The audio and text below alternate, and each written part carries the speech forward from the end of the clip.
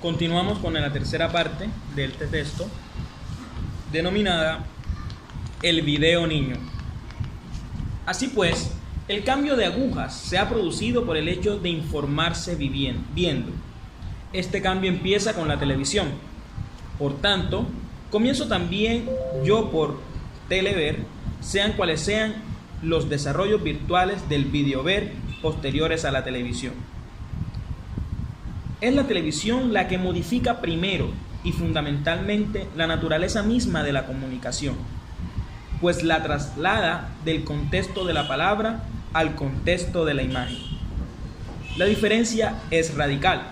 La palabra es un símbolo que se resuelve en lo que significa, en lo que nos hace entender. Y entendemos la palabra solo si podemos, es decir, si conocemos la lengua a la que pertenece. En caso contrario, es letra muerta, un signo o un sonido cualquiera.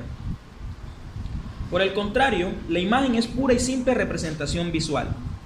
La imagen se ve y eso es suficiente, y para verla basta con poseer el sentido de la vista, basta con no ser ciego. La imagen no se ve en chino, árabe o inglés, como ya se ha dicho. Se ve y es suficiente. Está claro, pues, que el caso de la televisión no puede ser tratado por analogía, es decir, como si la televisión fuera una prolongación y una mera ampliación de los instrumentos de comunicación que le han precedido. Con la televisión nos aventuramos en una novedad radicalmente nueva. La televisión no es un anexo, es sobre todo una sustitución que modifica sustancialmente la relación entre entender y ver. Hasta hoy día, el mundo, los acontecimientos del mundo se nos relatan o se nos relataban por escrito. Actualmente se nos muestra y el relato está prácticamente solo en función de las imágenes que aparecen en la pantalla. Si esto es verdad, podemos deducir que la televisión está produciendo una permutación, una metamorfosis que revierte en la naturaleza misma del Homo sapiens. La televisión no es solo instrumento de comunicación, es también, a la vez, paideia. Es un instrumento antropogenético, un medium que genera un nuevo antropos, un nuevo tipo de ser humano. Esta es la tesis, o si se prefiere, la hipótesis, en la que se centra todo el libro y sobre la cual obviamente volveré con frecuencia. Una tesis que se fundamenta, como premisa, en el puro y simple hecho de que nuestros niños ven la televisión durante horas y horas antes de aprender a leer y a escribir. Curiosamente, se ataca esta exposición porque sobre todo habitúa al niño a la violencia y lo hace de adulto más violento. Digo curiosamente porque aquí un detalle del problema lo sustituye y esconde. El argumento de que un niño de menos de 3 años no entiende lo que está viendo y por tanto absorbe con más razón la violencia como un modelo excitante y tal vez triunfador de vida adulta. Seguramente es cierto, pero ¿por qué limitarlo a la violencia? Por encima de todo, la verdad es que la televisión es la primera escuela del niño. Y el niño es un animal simbólico que recibe su imprint, su importancia educacional, en imágenes de un mundo centrado en el hecho de ver. En esta paideia, la predisposición a la violencia es, decía, solo un detalle del problema. El problema es que el niño es una esponja que registra y absorbe indiscriminadamente todo lo que ve. Por el contrario, desde otro punto de vista, el niño formado en la imagen se reduce a ser un hombre que no lee y por tanto, la mayoría de las veces es un ser reblandecido por la televisión, adicto de por vida a los videojuegos. Al principio fue la palabra, así dice el Evangelio de Juan. Hoy se tendría que decir que al principio fue la imagen. Y con la imagen que destrona la palabra, se asedia una cultura juvenil descrita perfectamente por Alberoni. Abre comillas. Los jóvenes caminan en el mundo adulto de la escuela, del Estado, de la profesión como clandestinos. En la escuela, escuchan perezosamente lecciones que enseguida olvidan.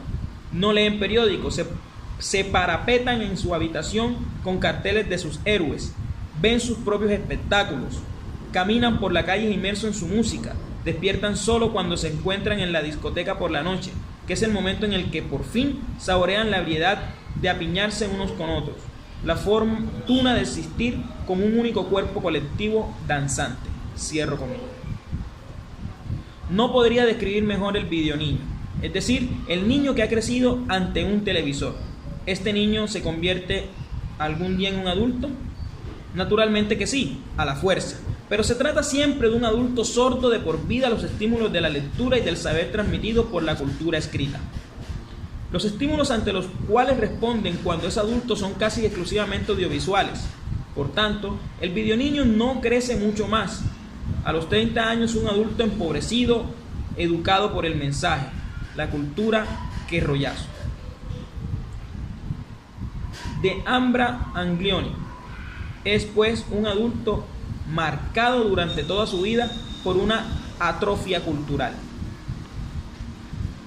El término cultura posee dos significados.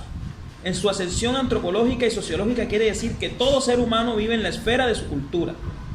Si el hombre es, como es, un animal simbólico, de ello se deriva el eoizo, que vive en un contexto coordinado de valores, creencias, conceptos y, en definitiva, de simbolizaciones que constituyen la cultura. Así pues, en esta sección genérica también el hombre primitivo o el analfabeto poseen cultura.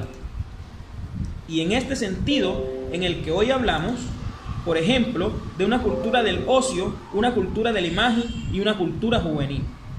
Pero cultura es además sinónimo de saber. Una persona culta es una persona que sabe, que ha hecho buenas lecturas o que en todo caso está bien informada.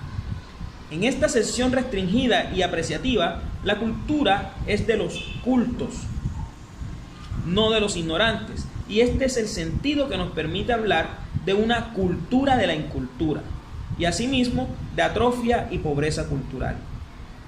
Es cierto que las sociedades siempre han sido plasmadas por la naturaleza de los medios de comunicación mediante los cuales comunican más que por el contenido de la comunicación. El alfabeto, por ejemplo, es una tecnología absorbida por el niño mediante ósmosis, por llamarlo así. Pero no es verdad que el alfabeto y la prensa hayan promovido el proceso de fragmentación, de especialización y de alejamiento.